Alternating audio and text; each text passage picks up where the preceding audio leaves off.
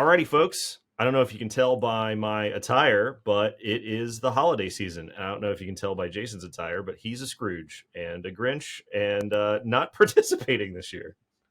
Apparently, my head grows every year, and I cannot fit into the Santa hat anymore. It would not stay on top of my head. I'm donning red to be in the season here. I don't want to be the Scrooge. Close enough. It's close enough. It's close enough for government work. Am I right, everybody? I think that we can all agree that the government jokes about pace and accuracy and stuff are all time. Don't you pass, Mr. Anti-Thanksgiving, don't you go passing judgment here just because I'm excited for turkey 3.5 weeks ago, okay? Still excited, yeah, for leftovers? Yeah. Well, speaking of leftovers, let's talk about some of what the DoD IG documented in a special report, bringing back the greatest hits, bringing back leftovers that are now several years old. Okay, so just to give everybody a quick overview, the DoD Inspector General released a special report that rolled up their findings from their assessments of the cybersecurity posture of DoD contractors dealing with CUI and their assistance to the Department of Justice in their assessments of contractor cybersecurity in accordance with their contractual requirements pursuant to False Claims Act investigations. Real spicy special report that they put out here not too long ago.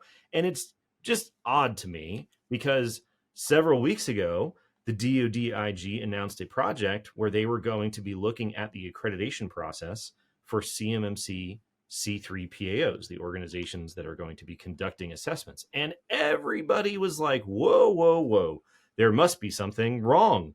There must be some sort of scandal afoot because the DoD IG announced a project. And as we talked about in our Halloween episode, which we'll link to below, it's a routine project announcement. There's like over 100 of these every year, and this is the straw that got drawn. It's not an indication that there's anything wrong, and even if there were, everyone should be excited for the DoD IG to come in and make recommendations. However, one of the points that we made in that episode was no one really paid attention or pays attention to DoD IG reports whenever or unless the DoD IG comes out and says something that they agree with, is maybe what I'll say. Because I haven't heard anybody really talking about this IG special report about contractor cyber findings. But I heard lots of people making noise about how there must be something wrong going on with the CMMC program. And with a closer look that we're going to dive into, I think people should pay attention to this one, probably maybe even more than the project announcement from a couple of weeks ago. You said that, you really don't hear a lot about the reports. People will come out and then a DoD is launching an IG investigation right into this. And then that's the headline that gets the clicks, right? But then when they start digging into it and when people start digging into it and they say, well, it's just routine, something to check the program, everybody's not interested anymore. We're talking about this one because it is interesting and it is very interesting. Some of the things that are being uncovered as a part of these reports, not all IG reports are bad, right? Correct. Yeah. I would say, even most of them, maybe it's the name, right? The Inspector it's definitely General's office. It's definitely the fact that it's the Inspector General for sure. But I mean, there is no Inspector General report that comes out that doesn't make constructive recommendations. So that's what they're supposed to do. They're not just dropping off findings in a drive-by and then peeling off into the sunset. Like, they are making recommendations, which, what more could you ask for? They're diagnosing problems, they're making recommendations. I'm sure it's a lot less fun if you're the subject of that interaction, but we are outside observers. And so we're just going to pull out the highlights that are interesting for everybody. Okay. The TLDR of this special report from the IG, there are, quote, systemic cybersecurity weaknesses in the DIB, according to the DoD IG, I think probably to the surprise of no one that has been paying attention to the sector over the last few years. Okay, very quickly, before we get started, this IG report is talking about findings for contractor implementation of NIST SP 800-171 requirements to protect CUI. Recent news, we're in the revision cycle for 800-171 Rev 3. We're currently in the public comment period. NIST just announced that they are extending the deadline for public comments by an extra 2 weeks. So instead of comments being due January 12th, They are now due on January 26th of 2024. They're extending this comment deadline because they're going to be holding a webinar, just like they did after the initial public draft. But their webinar is scheduled for January 10th, and then there would only be 2 days until the deadline for the original deadline for public comments. So they're extending it by 2 weeks. Makes total sense. We'll provide a link below to both Rev 3 and the link to register for the webinar. NIST webinars have a attendance capacity limit, so make sure you register. The last one that they did after the initial public draft did run out of virtual seats, but they always post the recording. So if you want to attend it live and submit your questions, since they're doing live Q&A, make sure you register quickly because they will run out of space. Yeah, they sell out like Taylor Swift tickets, dude. Like realistically, I remember I was highly anticipating the last one, waiting to register like I'm waiting to buy tickets for a very highly anticipated concert, and I click and I'm hitting the refresh button. I got 2 windows open. I still failed, dude. I was very heartbroken. I as a football fan of a team in the AFC West, I have no sympathy because I have had to listen to Taylor Swift updates during divisional games all year this year. And should I have used Beyonce? Longer story. Yeah, let's use Beyonce. Let's use Beyonce. So I was trying to get Queen Bey tickets and they sold out. And Queen Bey tickets are just as hard to get as seats at a NIST webinar registration talking about NIST revisions. There you go. Okay, so just very quickly on the on the agenda for the NIST webinar, they're going to be providing an overview of the changes in the final draft and the initial draft. They're going to describe their design principles and their rationale behind the changes. Very interested to hear what they have to say about that. They're going to identify areas where they want some specific input and then have that extra 2 weeks for submitting your input. And they're going to share some more information about how to engage, how to submit your comments, what the next steps are in the following 2 weeks after the webinar. They're going to take a Q&A. So we're still in the middle of the public comment period. It's the holidays. Make sure you take the time to craft your comments and submit them. We've got a significant number that we will be submitting. We'll probably talk about in a future episode. Okay, so back to the current version of 801.71 Rev 2, which has been the requirement for DoD contractors since the end of 2017 via DFARS 7012 contract clauses. So if you have CUI and you have DFARS 7012, which everybody has DFARS 7012 by default, then you are on the hook for implementing these controls. So the DoD IG says in their special report, from 2018 to 2023, the IG issued 5 audit reports on DoD contractors' inconsistent implementation of NIST SP 800-171 cybersecurity controls required by DFARS 7012 for protecting CUI. So since 2018, they've done 5 audit reports. And people might remember that the 2019 DoD IG audit report of contractor cybersecurity for protecting CUI was the catalyst that got the attention of the Armed Services Committees in Congress that caused them to include language in the FY 2020 NDAA, the Annual Authorization Bill for DoD budgeting, that said, hey, DoD, go make a rule that creates a framework that will hold contractors accountable for implementing these requirements. And then fast forward a couple years later, and that's how we got CMMC. So this material that they're summarizing and rolling up in this report includes the findings that catalyzed CMMC to begin with, right? So keep that in mind. So they say, okay, here are some findings from these 5 reports that we've done basically over the last 5 years. They also say, as of October of 2023, the DoD IG has supported 5 DOJ investigations under the Civil Cyber Fraud Initiative, which targets government contractors and grant recipients suspected of fraudulently attesting their compliance with NIST SP 800-171 cybersecurity requirements. So the DoD IG has done 5 audit reports in the last 5 years. They've done 5 DOJ investigations, according to the False Claims Act, looking at DoD contractors since October. So they are actively supporting DOJ looking at contractors. Now, I find this to be very interesting because everybody's very interested to hear what's going on with the DOJ Cyber Civil Fraud False Claims Act initiative, but we don't hear a lot about it until those cases are completed or settled or unsealed or whatever it happens to be. And so because you don't hear a lot about it, people are like, I'm not really sure if this is happening. A lot like rulemaking, right? So they've done 5 of these investigations since October, which is a lot since October. So people should definitely keep their eyes peeled and their ears open for the DOJ unsealing more information about it, more information from DoD IG about their support. They're working with the DOJ's FCA team on the same findings that they look at in their audit reports for the same set of controls that are required via DFARS 7012. Like the dots are all connecting here.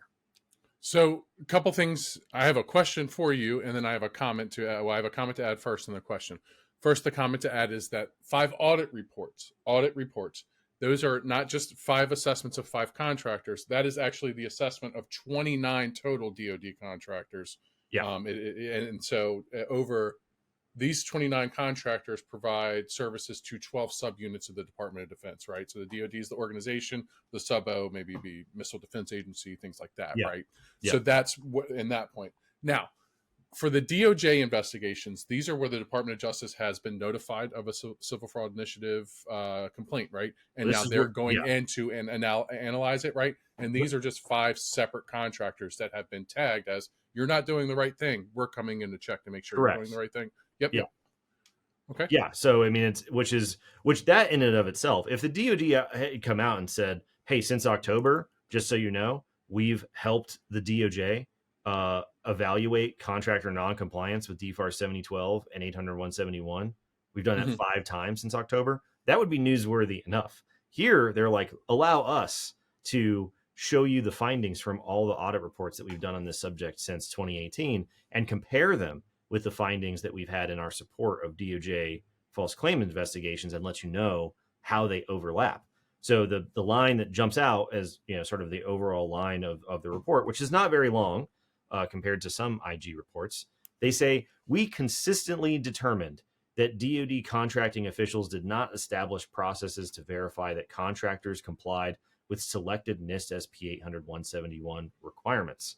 Comparisons of our findings highlight a set of common cybersecurity weaknesses at DoD contractors that process, store, and transmit CUI related to, and they give us a list of the top things that overlap: access, audit, and accountability, configuration management, identification and authentication, incident response, sound like the 800-171 families, everybody, physical security, and risk management controls. Now, the thing that jumps out here in this little excerpt is they obviously are saying contractors are not implementing their requirements, but what they point the finger at is the contracting workforce at DoD. They said contracting officials did not establish processes to verify implementation.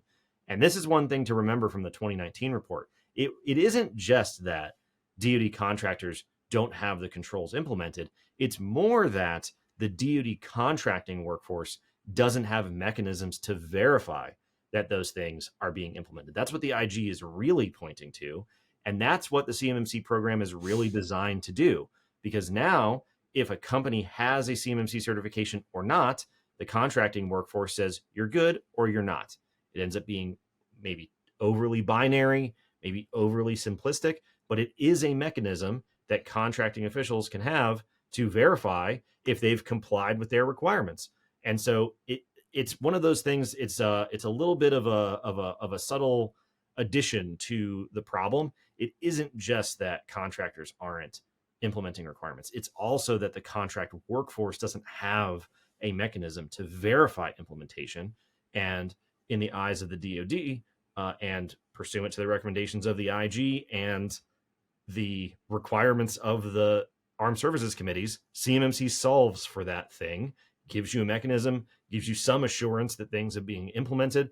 And that's the root of the problem again and again when they have these findings, whether it's in their own audit reports or whether it's under DoD, DOJ investigations. Yeah, it would be interesting to dig deeper and kind of find out, exactly how many of these are incomplete implementations and how many of them are we just didn't do it because we just didn't know, right? Like those type of scenarios. Because you said, like in some cases, it's to the point where there's no verification, there's no way for them to justify this is actually being done. But then when you look at the categories where they find the systemic problems with all of the audit reports, it's kind of startling. The reason it's startling is because I, like you like to go dig in rules. I like to dig in through CISA alerts, right? And you know what I feel like I'm reading? Every CISA alert for the past Every 15 time. years. Every time people may have, if you've been looking at my LinkedIn recently, you know that it's been a new hobby of mine is comparing and contrasting the findings and activities and regulatory rigmarole debate that's occurring in the water sector. It is eerily similar to the regulatory debate going on in the defense industrial base sector. And like you have made this point many times over the course of this podcast and before, every time you crack open a CISA alert, a joint advisory alert, it's the same set of requirements over and over again. But made as because why? What produces those alerts, Jacob? It is the analysis, right? We're doing all this community sharing, all this intel. If somebody gets breached, something happens, we take and we learn from those mistakes. We can learn as much as we want from the mistakes, and we can say, don't make that mistake again. You can slap the kid on the hand, but maybe they'll go touch the stove again, right? And people are just touching the stove. They're not even taking their hand off. Like, it's serious. Like, I get it, right? But like, maybe they're not touching the stove. Maybe they're doing that thing where their hand is over the stove and they're like, I'm not touching it. I'm not touching it. You're like, pretend like it doesn't hurt. Like, I get it. Like, in some cases, like it is the fact that there's never been a case where somebody's come through and said, hey, are you doing MFA? Right? It's just, oh yeah, we do that. Or I fill out this questionnaire so I can keep getting paid. It is it's a bad place to be in, well, dude. So it is a bad, because 15 years ago, this is what was analyzed as, or 10, even 10, let's just even say 10 years ago, this was analyzed as something that would need to be the most rudimentary stuff that you would have to do to stop the bad guys from getting in, the ones that we know about, that are constantly evolving. And look at where we're at. Still 60% or more in almost every single one of these categories. These reports are uncovering a systemic problem in foundational cybersecurity. Yeah, I'll get off the soapbox. Dude. The press release from the IG that corresponds to the report, which we'll link to, they basically are like, we did 5 audits over 5 years. We did 5 DOJ investigations over the last 3 months. And the top 2 things are MFA and weak passwords over and over and over again. I mean, obviously, I could see if it was FIPS encryption and you got a module that's went out of date, right? I could see if it was something like that. I could see if it was, you got multi-factor authentication on all your cloud stuff, but you have on-premises stuff that you didn't really know how to implement it. I get it. I sympathize, right? But if it's a case where we're going into places that deal with some pretty heavy stuff and they're not checking to see if the people that are walking through the doors belong to be there. Yeah. Well, okay. So what I'll say is, sorry. No, it's totally understandable, right? And I think the longer, this, like I said, it goes beyond the DIB sector. This happens it's happening right now in the water wastewater sector. It's happening right now in the healthcare sector. HHS just released their cybersecurity strategy, and when you go read their strategy, when you go listen and read the things that are happening in the water sector, when you listen and read to what's happening in the DIB sector, it's the same pattern over and over again. You've got small, under-resourced companies that, at least in the DIB sector, they have contractual requirements that are forcing the issue. In the other sector, there aren't even contracts. Like there is no forcing mechanism. It's just some federal agency that is sort of kind of in charge of governing the cyber risk of their sectors. And so it's even messier when you go to those other sectors. What I will say overall is, as they say in this report, they talk about their findings, same findings year after year, and findings in the 2019 IG report that catalyzed CMMC have been open for 1,531 days. They have not been closed.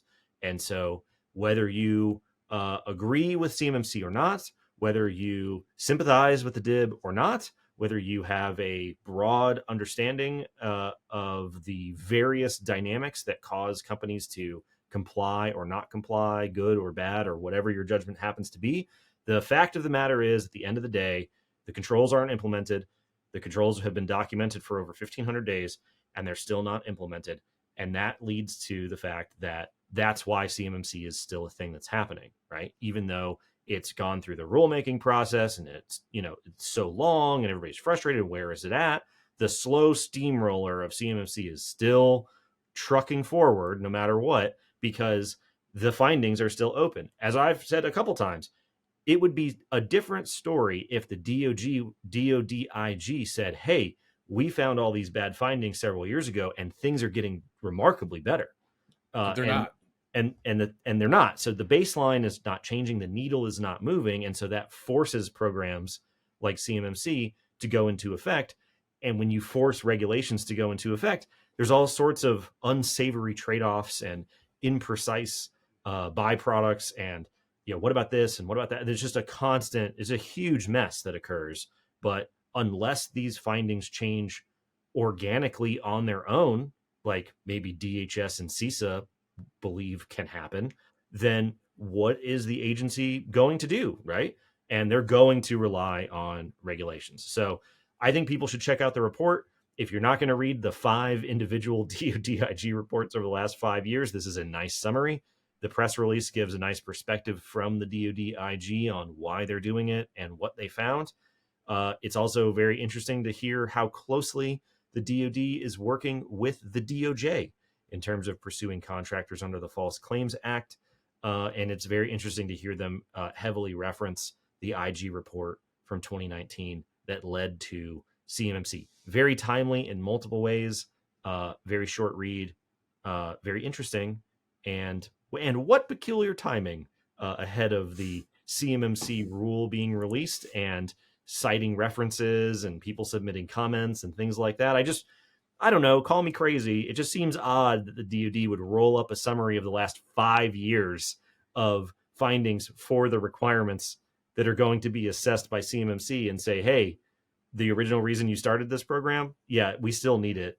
We definitely still need it. I find that peculiar.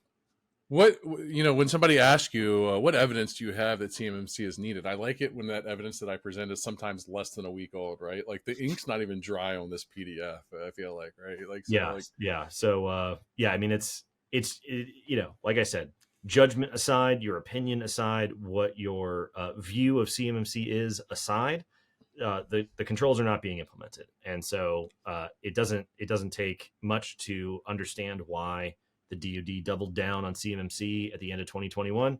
Doesn't take much to figure out why the rule is still trucking along, just like always, because, even if people outside don't make a habit of reading the IG reports, you can definitely believe that the people inside the DoD make a habit of reading the IG reports. So if just because, the public isn't necessarily aware of it, doesn't mean that it's not the driving factor behind why the program is happening. Anyways, Merry Christmas, everybody. Yeah. Spread the cheer, right? So so check out the IG report. It's very interesting. Not that long of a read. Let us know what you think in the comments below. Like and subscribe like always, and we'll see you next time. You're not Santa. You smell like beef and cheese.